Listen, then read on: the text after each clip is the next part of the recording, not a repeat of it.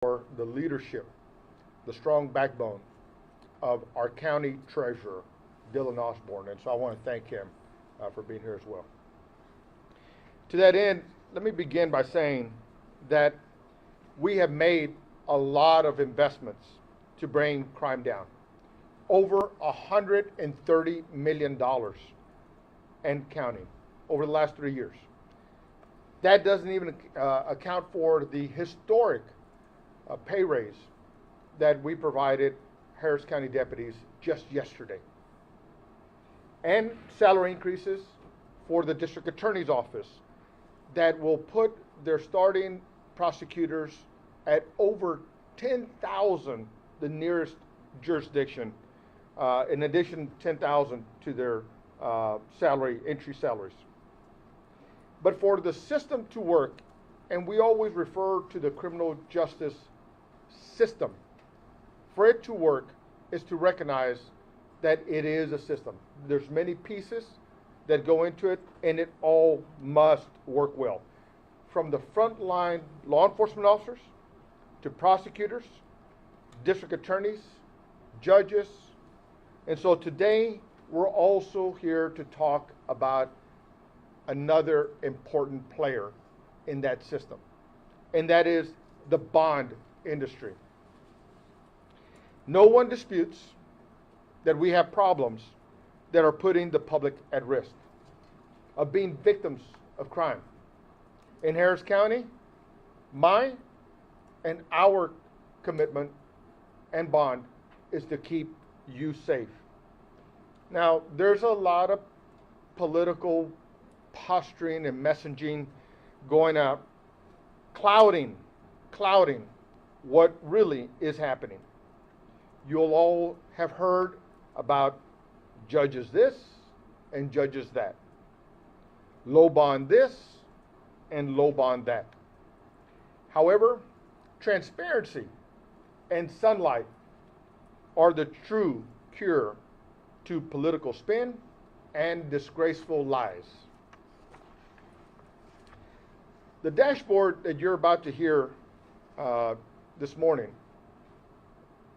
will reveal the beginning of that sunlight we are bringing into the public realm for people to analyze about what to do about it. We're going to see judges who are setting higher and higher amounts of bond for offenders. Now, why? Despite higher amounts being set, more people are still getting out. What discounts are they getting from the bond industry? Now, let me say that again. Why? Despite higher amounts being set, more people are still getting out. What discounts are they getting from the bond industry? What we can't see, unfortunately, is how much the bond industry is charging their clients, the offenders. That information is not in this dashboard. And if judges are setting higher bonds, but bondsmen are setting higher discounts, then violent offenders are getting back out on the streets. The next legislative session, my commitment is to push to publish the amount being put down to get bonded out and make it public information via state law. Until then, we will shine a light on what's actually happening. You will see that judges are setting higher and higher amounts. But if, for example, a judge sets $100 million bond, but the bond company takes 1 penny, then it really doesn't matter that $100 million bond was set. The dashboard you are about to see clearly demonstrates a difference between misdemeanors and felonies. Only, and I repeat, only misdemeanors are affected by bail reform. There has been no action, no vote on felony cases. This is what bond reform really looks like. No spin, no politics. This dashboard is also a response to misinformation being spread by irresponsible advocacy groups and politicians who claim to care about public safety. We must get back to data-driven solutions rather than reacting to misinformation from parties with a vested financial interest. What I see here are judges setting higher and higher bonds. Repeat, I see and you will see judges setting higher and higher bonds. and no pun intended, but I'm not about to bail bondsmen out on this issue. They have a role in public safety too. Ahora, and now a few words in Spanish, if I might. Estoy aquí para anunciar esta página sobre los datos de fianzas que se está llevando a cabo aquí en el condado de Harris. Mi nombre es Adrian Garcia, comisionado del Precinto 2 del condado de Harris. Quiero reconocer que estamos aquí con el señor Paul Castro, quien es familia de una víctima de un homicidio, la doctora Ana Correa Yáñez, quien es la directora del Departamento de Administración de Justicia, y el líder en cual todo lo que estoy enunciando no se puede llevar a cabo sino por el apoyo, sino por el liderazgo y la fortaleza del señor, el tesorero del condado, Dylan Osborne, y le quiero dar las gracias a él por su liderazgo. Pero estamos aquí para recordar que hemos hecho más de 130 millones de dólares de inversiones en mantener la seguridad pública sobre los últimos 3 años. Esto no lleva a tomar en cuenta el ingreso de los salarios de los policías del condado, reconociendo el trabajo que han hecho. También no llega a reconocer el ingreso de salarios a los procuradores del condado, los cuales que van entrando al primer nivel de trabajo, ahora van a ser los más pagados en todo el estado de Texas. Pero hoy estamos hablando de una industria importante, porque cuando hablamos de la sistema de justicia criminal, es importante de recordar que es un sistema.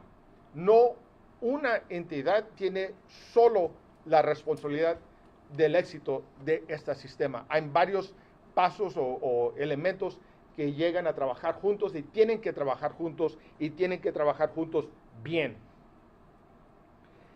Pero también hay que entender qué lugar la industria de fianzas llega a tomar aquí. Y sabemos que hay muchas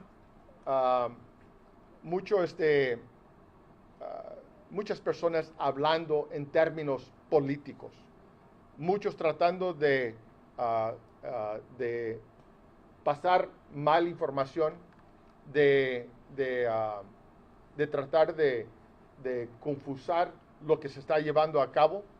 Pero hoy vamos a hablar muy claro de lo que está pasando, porque algunos han dicho que los jueces de las cortes criminales están siendo tal o no están haciendo tal. Estamos escuchando que no están poniendo altas fianzas para malhechores que están causando mucho daño en la comunidad. Pero hoy vamos a hablar muy directamente de la transparencia y de la luz que vamos a brindar a este sistema, y por eso esta página de datos sobre las fianzas es muy importante, porque este es el primer paso que vamos a tomar para asegurar que ustedes, el público, los medios de comunicación, tienen acceso y pueden hacer su propio análisis de lo que se está llevando a cabo. Vas a ver que precisamente los jueces sí están poniendo fianzas altas y lo han hecho sobre los últimos 3 años. Eso es lo que esta página los va a enseñar. Pero lo que no puedes ver, porque la ley no lo permite, es qué tanto la industria de fianzas está cobrando.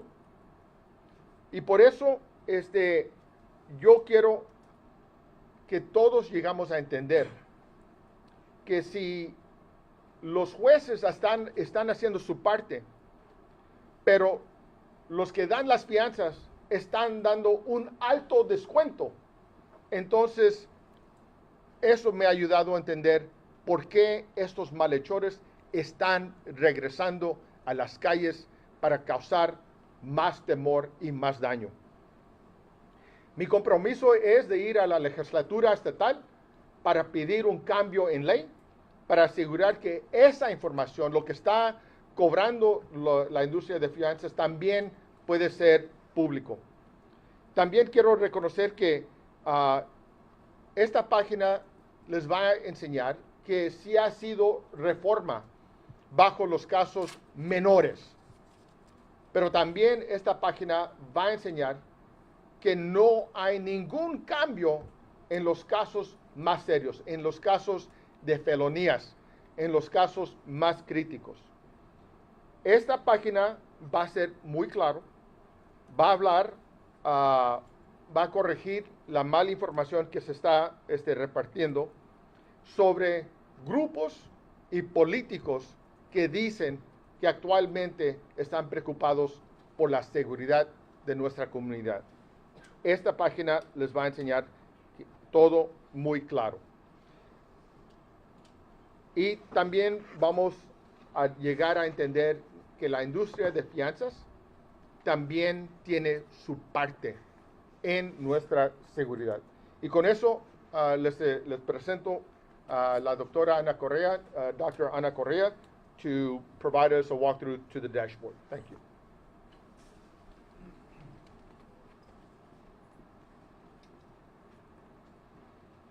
Good morning, everybody. Buenos días.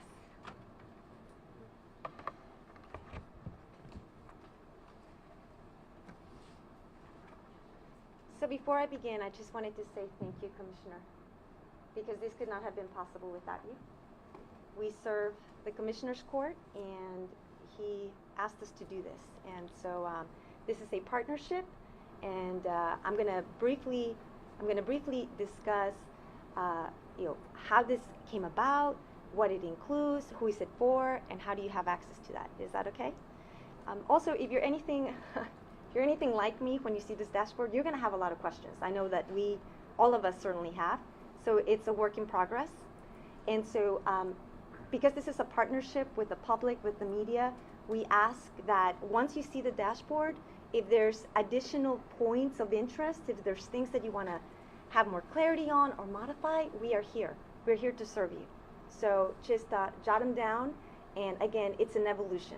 And so I'm gonna get started. So, excuse me. Yes. Can I get your name? Yes. And then my mic, I think you set it on top of there. It's a little mic. Oh, the little mic. Yeah, okay. Yeah, let's have The trouble here. dashboard's Okay. All right, thank you. How about that? Yeah, much Does that better. sound? Much Okay, better. great. So good morning. My name is Dr. Ana Yáñez Correa. I'm here to represent the Justice Administration Department. And in the time that I have allotted here, we're going to go through how this dashboard came about, what it includes, who is it for, and how do you access it.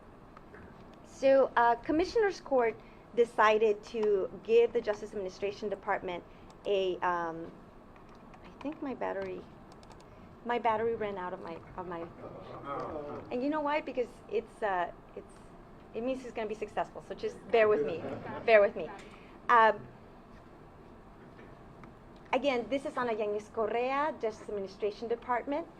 The Justice Administration Department created, you guys are so sweet. Thank you so much. Okay, let's see if that works. Look at that, the partnership working already. Go Child 13. That's right. Okay. So again, this is Ana Yáñez Correa, Justice Administration Department. We want to say thank you to Commissioner's Court, to Commissioner Adrian Garcia, Universal Services, for making this happen. The dashboard was created because the Commissioner's Court asked us to create a one-of-its-kind dashboard that includes a lot of information on the amounts of bonds, on the approvals, on the home court, on the top 20 bonds industry in terms of the amounts, the demographics. And so this is why we decided to go ahead and do this. Again, it's one of its kind. It's a work in progress. And we decided to do this so that you, the public, can have access to all of the data and analytics. And it's going to be really, really easy to access. You can use your phone. You can go to the website. You can check it out. And it's something that is readily available to the public. So this is how you're going to have access to this dashboard. You're going to go to the Justice Administration Department, and then you are going to go to the data section, and this is where the public will have access to this one-of-its-kind dashboard on everything related to bonds. There's also a lot of other dashboards that I highly recommend that you check out for public information. So as you can see in this dashboard, you are going to see the offense charge, the bond amount, and it includes aggregate data on offense groups. It includes the home court. It includes the distribution of defendant's race, ethnicity, gender, and age group. And it's all within the 5-year span. It's also going to show the 20 entities securing bonds and also helpful definitions. We decided to include helpful definitions because there's a lot of questions about what bail reform is and it's not. We are also going to present to all of you after this press conference an actual guide so that people can have the information necessary on how to utilize this resource. So you're going to see in this dashboard the number of bonds approval by offense groupings. And there's also a link to this dashboard that shows exactly what those groupings mean. And you're also going to see the number of cases filed by offense as well.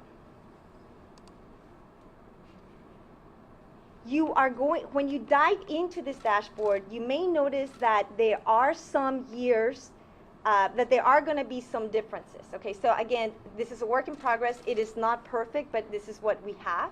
You are going to see that some numbers don't necessarily match exactly the way that you would want that would make sense. So for example, the total amount of bonds are greater than the number of cases in other years. The total amount of bonds are less than the number of cases. This is because the total cases filed reflect all the cases filed in a given year, including cases where the defendant is held without bond, cases where the defendant is released on bond, cases where the court approved the bond, and the amounts, and as well as the amounts, but not the actual amounts that the defendant paid. In other words, we were able to utilize the publicly available data. It doesn't necessarily match exactly how it could match, but that's because of the time that the bond was set. That's the year, so you can have a little bit of an influx, but at least you're able to see this. And if you have any additional follow-up questions regarding what this difference is, we are making ourselves available to provide that information to the media as well and to the public. When you also break down the data, you're going to be able to see the offense type, the year, the amounts approved, the home court, which reflects where the case is currently at, not necessarily where the court was assigned.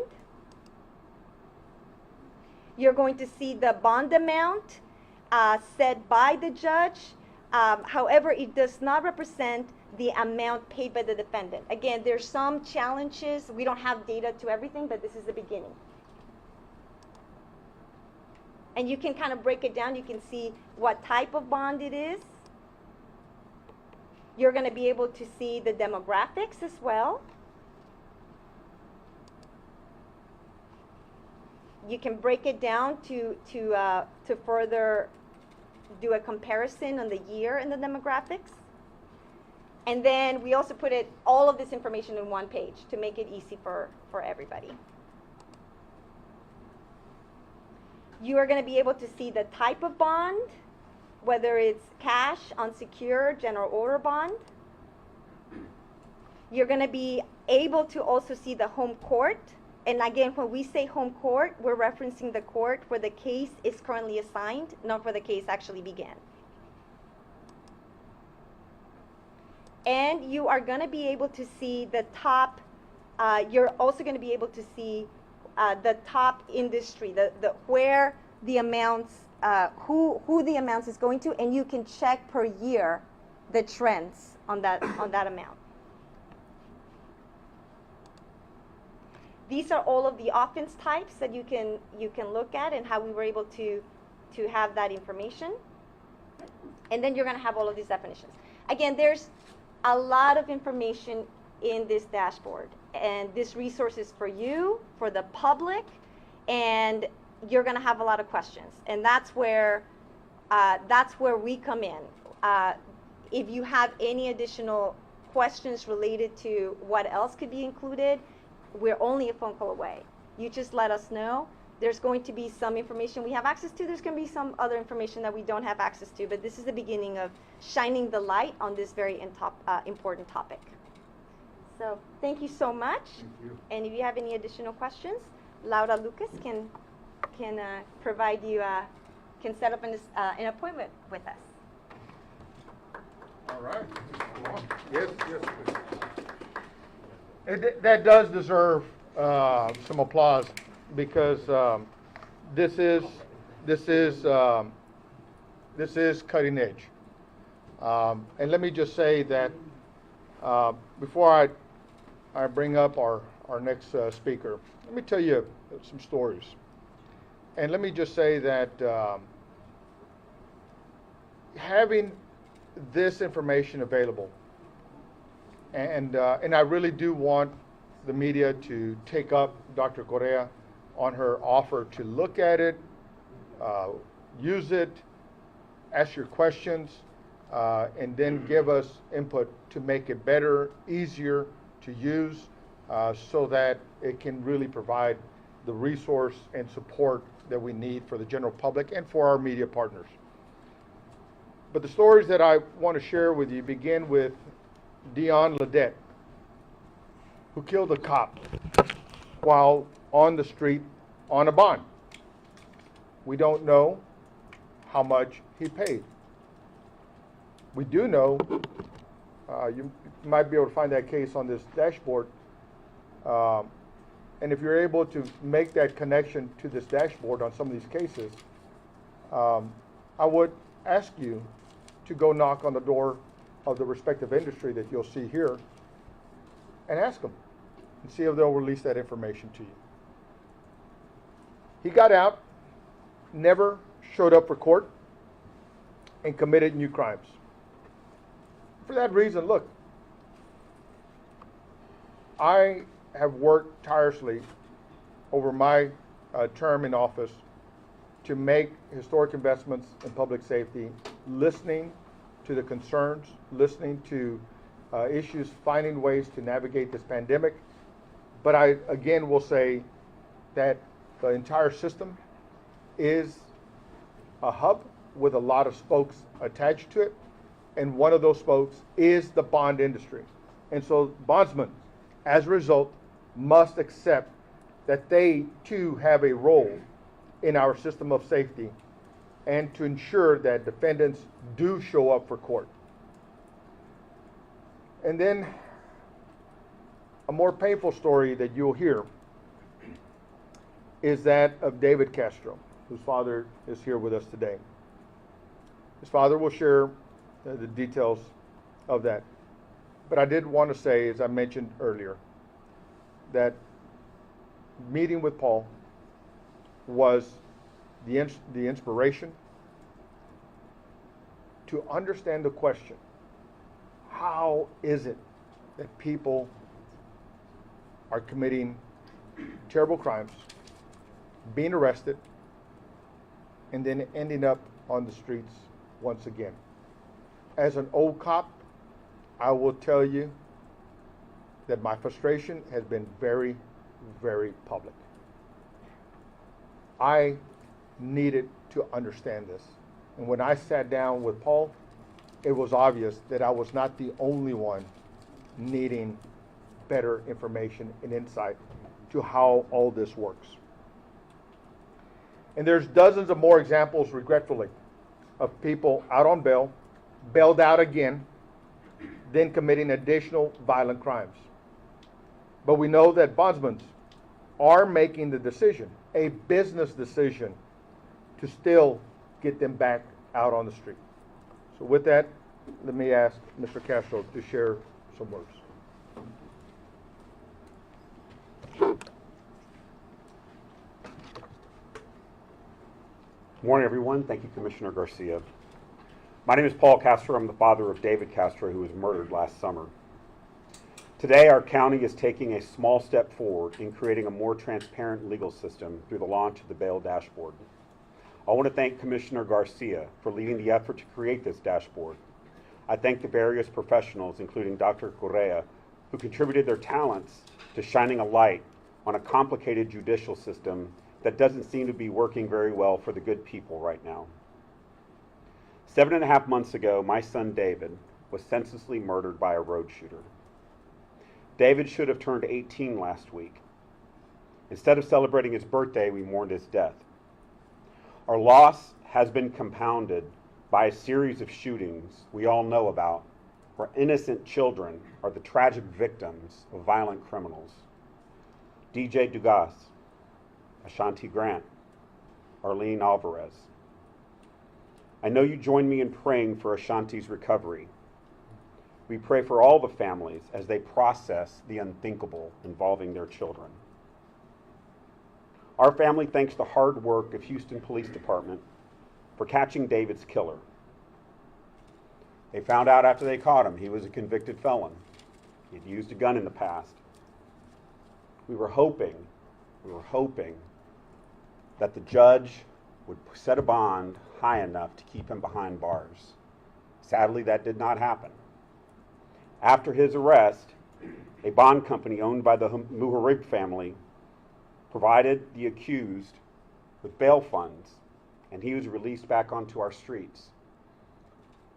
To Commissioner Garcia's point, we have no idea how much was actually paid to balance out my son's death.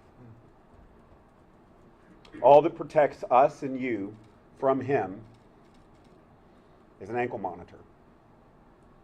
And right now, he is out in our community. We also know that Arlene's killer is out on bond. And I hope and pray that when Ashanti's shooter is caught and brought to justice, he will not be released back into our community on some flimsy bond.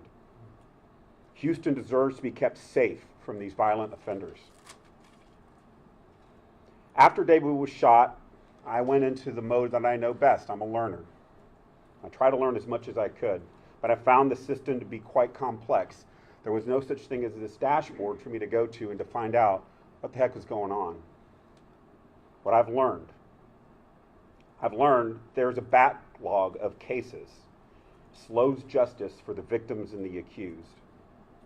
We've been told that David's accused killer may not see the inside of a courtroom for 4 years. Throughout that entire time, due to the bond system, he will be free on our streets. He has asked for the right to be allowed to go and seek work in our community in a construction firm. Should that happen, he will be back amongst us with nothing protecting you and your family from him other than his ankle monitor. I've learned that the bail system seems to be unregulated and is definitely poorly monitored. Bondsmen have little to no risk for releasing criminals back into our community. As Mr. Garcia said, many take less than 10% payment, and the rest is essentially a high-interest credit loan, and those individuals are put in a position where they get a call to say, hey, you owe us another payment, and they have to make a decision. Their freedom or risking another crime.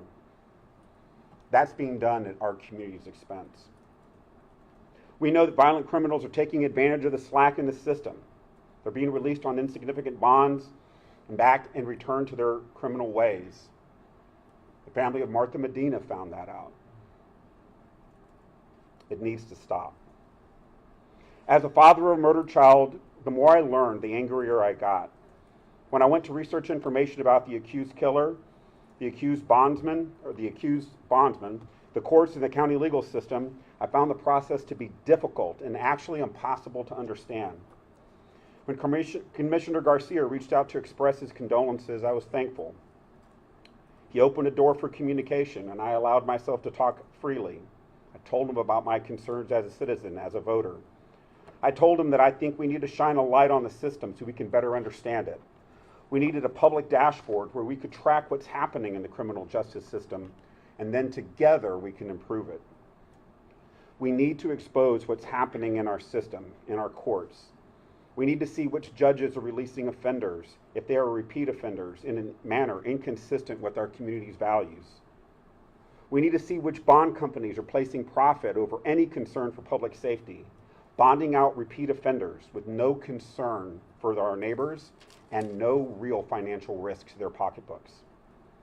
Today's dashboard marks the first step of many in shining a light on the complex problem of crime in Houston. The dashboard will give our community a tool to see what's happening amongst our different judges. Are they protecting our community or failing to do so? It will let the public see which bondsmen are profiting from violent crimes with a practically zero personal accountability. It will let us see families who represent themselves as outstanding members of our society, like the Muharibs, who have various bonding companies making money off the misery of our community. This dashboard will be a tool that the press can use, saving research time and helping reporters inform the community about our legal system. It will also make us better and more informed voters. I hope this dashboard becomes the first part of a backbone of a transparent system that will help our community become smarter and safer. All Houstonians, Democrats, Republicans, all races, all creeds must come together to solve this problem. This is the first step, and I commend all who had a hand in it. May it bring justice to our community. Thank you, Paul. Thank you for the inspiration. I regret that your son had to be a part of that process.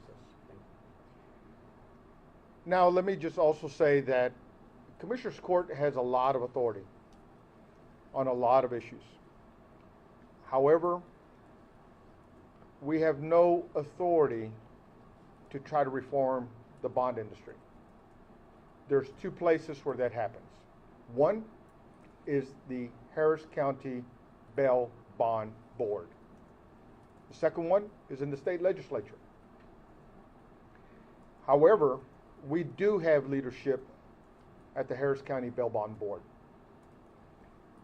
And so to address the issue, and let me also just tell you one more story. As a policeman, I would hear stories constantly of families saying, my son got in trouble. I'm on my way to go mortgage my house. I got to sell my car. I got to empty out the savings accounts because the bondsmen want more than 10% cash in hand up front. That's not happening today. So I've asked the Bail Bonds Board to institute a minimum 10%. Mayor Turner is also asking for the same. And so I've gone to the Bail Bond Board, of which I am not a part of, to ask them to do this. I'm proud that our county treasurer, who does sit on the Bail Bonds Board, stepped up immediately to express that the chair should put this on the next agenda, the next immediate agenda. We need leadership and partnership at all levels, and I'm proud that our county treasurer, Dylan Osborne, stepped up because he understood what needed to happen to help keep families safe. Mr. Osborne.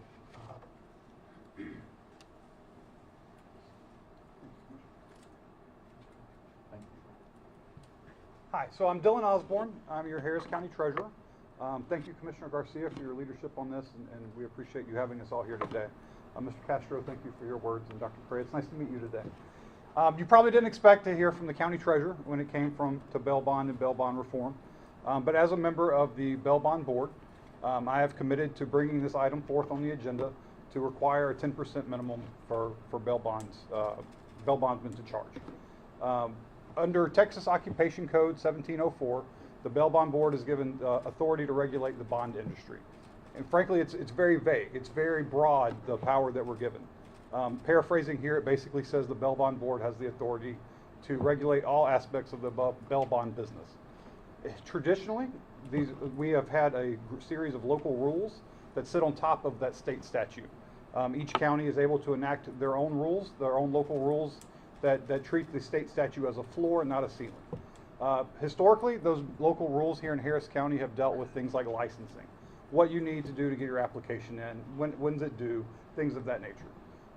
Recently, last year, we spent several months going over our local rules, and I'm suggesting that not only do we have the authority, but we have the moral imperative to act, and that is well within our legal authority under the state statute to do this.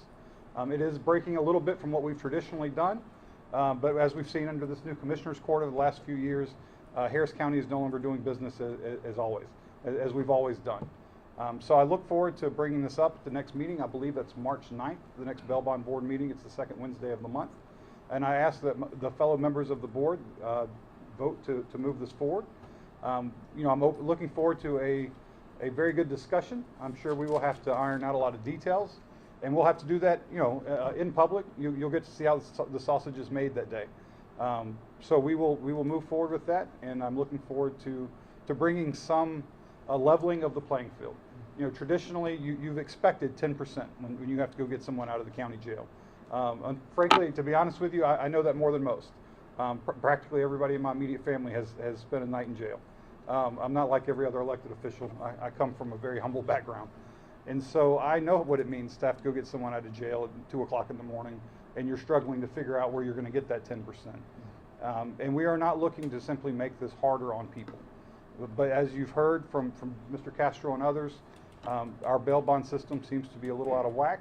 There's no accountability, and there's very little transparency. So I'm excited to see this dashboard. I think that's a great start, and I think there's some more that we can do to help make our community safer. So thank you for coming today, and thank you again, Commissioner Garcia, for having me. Thank you. Appreciate it. So you've been introduced to the dashboard. Again, I'm asking our media partners to please work with this and let us know how it can be better, what questions you need clarity on, if there's a particular chart that it should be up here that isn't. That is available. That door is open, and Dr. Correa will work with you on those fronts. But let me also just I want to maybe correct my last comments about that story of families having to mortgage their homes and sell their cars and empty out their bank accounts. When I said it's not happening today, I want to be clear. It's understood if you're shoplifting that that's not happening. But if you are putting a gun in somebody's face, it should not be that easy. And they should have to jump through various hurdles to make that bail. That is not happening today. So if there's any questions, we're happy to answer them. Commissioner Garcia, thank you for your time today. When Mr. Castro was speaking, he was referencing to the problems of the entire system, and you mentioned judges as well. You were nodding your head. How much accountability will this dashboard show with regards to the judges and the courtrooms in the immediate future? This dashboard probably shines the greatest light on the judges, because you will be able to go to court, to each court. The home court, as Dr. Correa said, to who is setting what bond amounts. You'll be able to see that on this dashboard. How long before we see that? That's a pivotal part of this process. Yeah, right? it's live. It's live right now with the judges.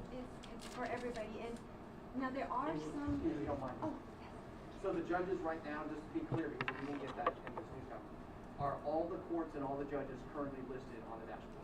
so the home court, which is not for the case originated, but for the home, like it's right now, it's the home of where the case is. You can actually see it in the past 5 years, and you can dive deeper.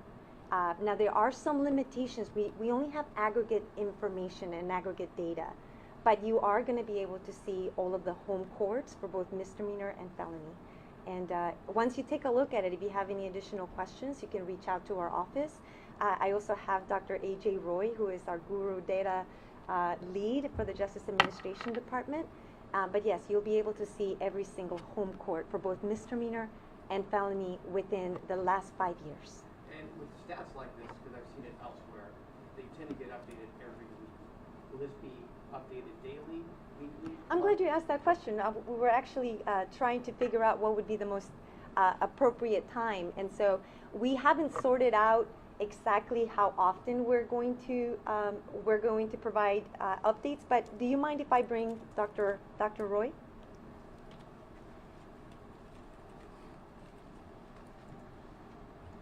Dr. Roy, for the benefit of Harris County residents who are wondering about the system and the way it's laid out today, how often will this be updated?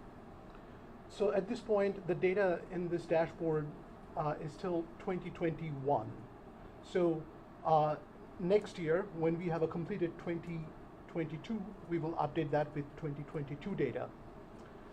However, internally, we do monitor almost every month the changes in the data. So if there is interest in understanding the current state, we will also make that available in a future phase. There is interest. So am I understanding correctly that people would have to wait months to get this information? I'm just saying because, you know, out of respect of Mr. Castro here, that's unacceptable. If I want to know, you know, what happened to the case of the person that I loved, that I lost, I'm going to have to wait another year to find this out? No. So for specific cases, the district clerk's website, the county has an opportunity for anyone to search for specific cases. This particular dashboard provides insight into broader trends in how things are changing in our county over time. So it gives a perspective from a few levels up. But for individual cases, there is still public data available in the county's criminal justice system. Commissioner Garcia, when it comes to instituting a 10% minimum fee, that could have a negative impact on the jail capacity. How does the county plan to address that issue? Because we obviously know jail capacity is a problem here in Harris County as well. Yeah, look, over 130 million have gone into public safety in some way or another, including providing the sheriff the ability to outsource his population. And if that's what needs to happen, that's what will happen. Look, when I was sheriff, the county jail population had a significant number of people who were considered low-level or were at a low-risk offender. I didn't want them in the county jail. The county jail should be for bad, dangerous people. And if you see the population trends in the county jail, that's what it has become. It is largely a high-risk inmate population today. And so our jail is doing what it needs to do. And so if we are hitting points where the population is at levels that the sheriff is not comfortable with and it would violate any state standards, we're going to approve the outsourcing of more inmates. We don't like to do that, but we will do it, and we have already done so.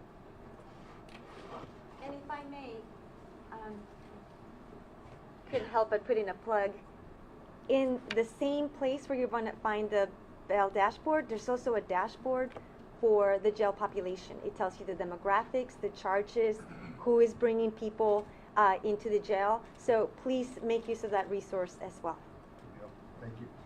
And let me also just say to Dr. Correa, the question of how to make this information as near real time as possible, I'm just telling you, as one member of the court, I'd like to see that happen. Commissioner, Yes, sir. I know there's been a lot of debate in the county about bail reform, and it's been a heated topic, and people who've talked about bail reform put it in the context of like the county, the court system is now sort of a revolving door where like people are coming in, going out. How does this fit in as far as in addressing their concerns, or in addressing how much information to show, like what this all mean, what the role of bail reform and all of this, and whether it's in cause of all these issues or not? Yeah. Number one, let me just remind folks as to what was the pathway to where we got here. And Dr. Roy just touched on something that I'm not sure if you caught it. He mentioned the district clerk's office. This system is immensely complicated and is connected to so many areas that we don't think about.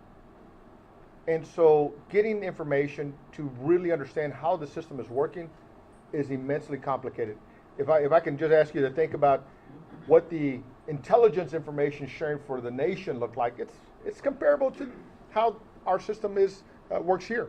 And so it's very complicated, a lot of moving pieces, a lot of different partners, a lot of peripheral partners as well. But to the question as to how do we make this data available and understand how it's working, as I have been very, very open, I want all pieces of the system to work well. It's why we raised the base salary of entry-level prosecutors so that the district attorney can stop having a revolving door at her office. It's why we raised the salaries of our law enforcement deputies, because it takes us a year effectively to recruit and hire someone, train them, and then to have them individually deployed in our community. Providing that salary supports and stabilizes our workforce. This information is important to have so that we can all track it. And the question that you have is in terms of how this whole system works. I'm not an attorney. I do my work based on the perspective of a patrolman. I am frustrated when I hear stories like Mr. Castro's, because it doesn't make sense. Regretfully, we are, I shouldn't say regretfully, but we are a nation of laws. And what we need to ultimately understand is whether those laws are properly working. If they're not, let's go to a legislative session and ask for change there. But we're doing everything we can at our level to provide that insight to an immensely complicated system to ensure that it is working the way we expect it to work. Commissioner Garcia, have you used that dashboard? Yep. I'm looking at it as a reporter that looks at this stuff all the time. It seems very complicated to me, and I'm just trying to digest it. How on earth do you expect Jane Doe to open up that website tonight and understand what they're looking at? And again, I'm appealing to you to sit with Dr. Correa and make sure that it's user-friendly. Remember, this is 1.0, and rarely does 3.0 look the same. So we need your help.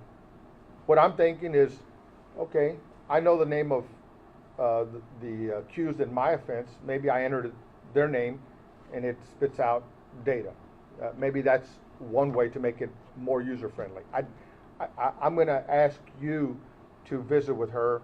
And look,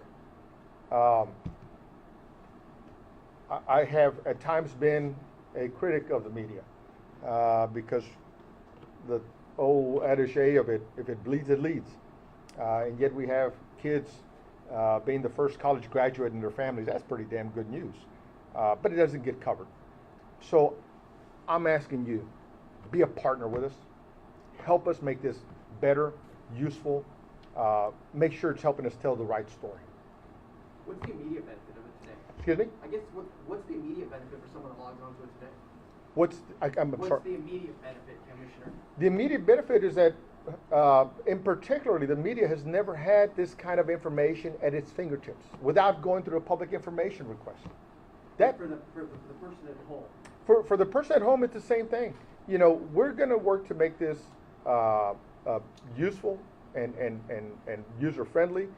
But to Mr. Castro, he had questions, and this is my attempt to bring our system together to figure out how we answer those questions. And Dr. Correa has been very clear, and I agree. It's not perfect, but I just ask you, when did you have this available to you before, without going through your hurdles of open records and public information requests? I guess since you're asking for our help, Mr. Castro, have you seen this website? Have you gone to this website? And what do you think of it? So I've had it present. I haven't had a chance to look at the actual launched website. I did look at the beta version, and the questions I had to do with how is the system working and how can I, as a voter, as a citizen, talk to the people in my community who keep asking me, like, what's going on? The most common thing that I've found is a misunderstanding is the one that right now is not going to be in here, but hopefully will be addressed, and that is how much does a person actually pay as part of a bond in order to get something out there? So that's an issue that's going to have to be resolved through statute.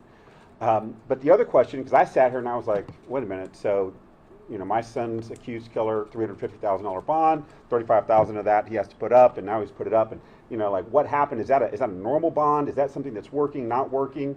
You know, I heard that the max was 500, and so I had all these questions, and the more I dived into the data, I kept finding, like, I can't figure this out. I wondered, is the court that my son's case is assigned to, what happens in that court? Is, you know, what do I need to be prepared for? Some of you have done wonderful jobs of showing the community things that might be concerning to the community around people who are let out as repeat offenders. I hoped that wouldn't be a case in mine. You know, he's out. But I also wanted to know, was that consistent with what happens in other places? I was wanting to know. I keep hearing, you know, the jails are 100% capacity and they're filled with a bunch of people who are petty criminals. Is that in fact true? Well, you get to dive in and take a look at that. Instead of just going on hearsay, there's data. And I'm a person like you. I want to know the facts. I don't like just having opinions without foundation. This is going to provide us a framework from which we can talk. And right now, if a judge is operating in isolation and doesn't know what's happening to the courts on the left and right, that judge should be able to take a look and say, like, oh, you know, I'm an outlier, you know, and I need to, you know, maybe I need to have a conversation. Let's see what's going on. Or to just say, you know, this is what my beliefs are, and for the community then decide, is that a person that we want making decisions on our behalf? How pivotal is it to have it in real time, Mr. Castro? Oh, I think Commissioner Garcia said, you know, I think the faster that can turn around, the better. I don't think there's anyone here who wants to wait an entire year to see something refresh. We're all spoiled by technology, and we want to see things in real time. Does it give an accurate reflection of what's really happening in the system if it's a year delayed? Correct. Yeah, I think you've highlighted that. I think that my opinion as, you know, just an average citizen, no. And before, and I can tell you this, having to go and look at PDF file, click here, look at a hyperlink, go see over here, go to a different website to find this information. Everything was so spread out. And when I spoke with members of Commissioner Garcia's office, they admitted, like, they were having to go stand in line and ask for information and wait a couple of days for something to turn around. That process is now a click, and it's not standing in line for an hour. So I think everyone in here, you know, it's kind of like, I know what I look at this as a citizen is I'm happy that our county is taking steps to be more transparent with the data that it holds in all these different places and putting it in one place. And I also know that we as a community are committed to, you know, asking for and getting the information we need, because I know I worry driving our streets every day. I worry about my safety. And if there are people who are doing bad things in our community or getting let out over and over again out of a particular court, let's say, we need to know that. You know, we need to see that. And I know you guys are going to jump on that data as soon as you're able to make sense of it. And I know that together we can do better. And again, my appeal is, because I have people on both sides pulling me both ways, I don't care about that. I have one concern, and that's justice for my son, justice for our community. To clarify, Commissioner, you said it earlier that the bondsmen have the final say in this process, but isn't it the judge who really has the final say at the end of the day, because they're the ones that are providing the bond? It's up to the judge whether or not to provide a bond. Well, again, this dashboard's going to show you, Mario, that the judges appear to be doing their part. They're setting higher and higher and higher and higher bonds. Now, a bondsman is a business, and they're making a business decision to offer a discount, a fire sale on our safety. And so, no, the bondsmen have the final say. They can decide, Mario, you have done horrible things. I don't know if you're a good risk for me. That's a business decision that they can make. And so, look, when you know, and I wanted to go back to another point, and that is that to Paul's comment, this is historical. I mean, to have a citizen come in and say, I got these questions, I don't understand things, and then to get smart people together and bring all this information together. Man, I'm excited. Again, your first attempt is never perfect, but help us make this a better tool for everyone involved, including myself, because remember, I at Commissioner's Court have announced the clearance rates at courts. And remember that there's another dashboard for that. And so I'm trying to bring transparency and sunlight to what is misinformation and political posturing. Does this also, do you view it as an ability to root out bad actors on every level here, or is it, do you view, like, for example, bondsmen? Is this about the entire industry, or is this about a couple of businesses out there that are just collecting pennies I think you're going to find that this is not a blanket indictment on the entire industry. And so this is just going to help us have good questions for the right reasons. If there's any more side questions, I know some of you have to go live pretty soon, so if you need to step out of the room, you're more than welcome to do so. And I think Anna needs to.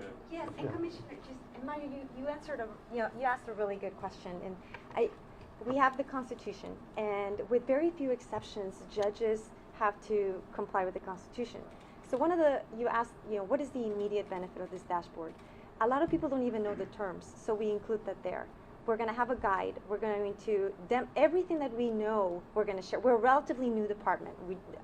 We haven't been around for a while, but the system is big, and everybody does have to take responsibility, and everybody has to collectively work together. But what I can tell you is that there are few exceptions, very few exceptions, and the judges have to comply with the Constitution. And there's a lot of various improvements. I mean, this is the largest system. There's 254 counties. This system is huge. So we're just trying to make sense of it. When you go to our website, you're going to see the jail population dashboard. You're going to see indigent defense. You're going to see traffic stops. We also created a dashboard on the crime rate so that you can look at the analysis. We are here as a resource to all of you because there are so many questions. Also, I tested this out with my mom, who's 77 and only speaks Spanish, and she's already given me a lot of ideas about how to break it down and make it a lot easiasier. Is there a Spanish version of this, considering our Yeah, we're going to be working on multilingual. There's so many pieces that. 1.0. Yeah, 1.0, 1.0. Yeah, so here's the thing. Transparency is going to be the key. We genuinely believe that once people start seeing, this is going to have an opportunity for people to ask us for information, trainings and town halls. There's just so much information out there. We're just trying to be a resource. So just bear with us. It is going to be a partnership, and we're available to you to improve what we have right now. And they will be posting an initial guide on how the system works via video. It's posted already. The Is, guide is ready. the video, I don't know if that's. We're going to The be guide working. is The video's ready, coming. and there's going to be a video that That's will right. show you. The So- PowerPoint that she showed you and the dashboard guide are live on our website right now, and I'll be sending out a press release later that will have links to all of them as well. That's And then right. we'll have a video overview that will be coming in a couple weeks. And there are two big steps approximately. The first one is March 9th, when it's going to be presented in form to the board members. But what is going to happen if this reform doesn't accept? So I do present it to the legislature, as you mentioned, Mr. Garcia. So what is going to be happening? Do you have an idea about what is going to be presented to the legislation? Esperamos que el cambio en el mínimo de fianza, que será el 10% que el señor Osborne está proponiendo, espero que la mesa directiva del Comité de Fianzas lo llega a aprobar. Si lo aprueban, ya terminó. Porque eso, ellos tienen la jurisdicción para cambiar.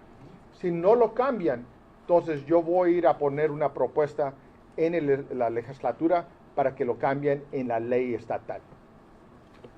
Ese es el último paso. La directora, rapidito, en español. La confianza de la comunidad, por favor, en este sitio. Claro, bueno, sin información la comunidad no va a poder determinar qué es lo que está sucediendo. Entonces, la información que nosotros estamos dando a la comunidad es para dar transparencia, porque jamás en este condado ha habido un lugar específico en donde cualquier persona pueda ir y puede hacer su análisis. No está perfecta, pero es el primer paso para la transparencia necesaria. Y gracias al comisionado García y gracias a la Corte, gracias a individuos como el señor Castro, gracias a aliados como el tesorero y gracias a la comunidad que también nos está diciendo queremos más información, por eso estamos haciendo esto. Y estamos para servirles, para poder darles más información y transparencia. Thank you, everyone. Yeah, we got it. Thank you. Get back. Thank y'all.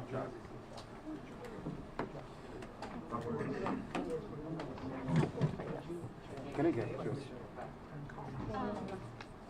¿Me puedes dar la dirección exacta del sitio? Porque me está Claro preguntando que mi productor. sí, claro que sí. Ya rato estoy queriendo. Mira, can you do the search and I'll click it right now? Can you slide this to the lead?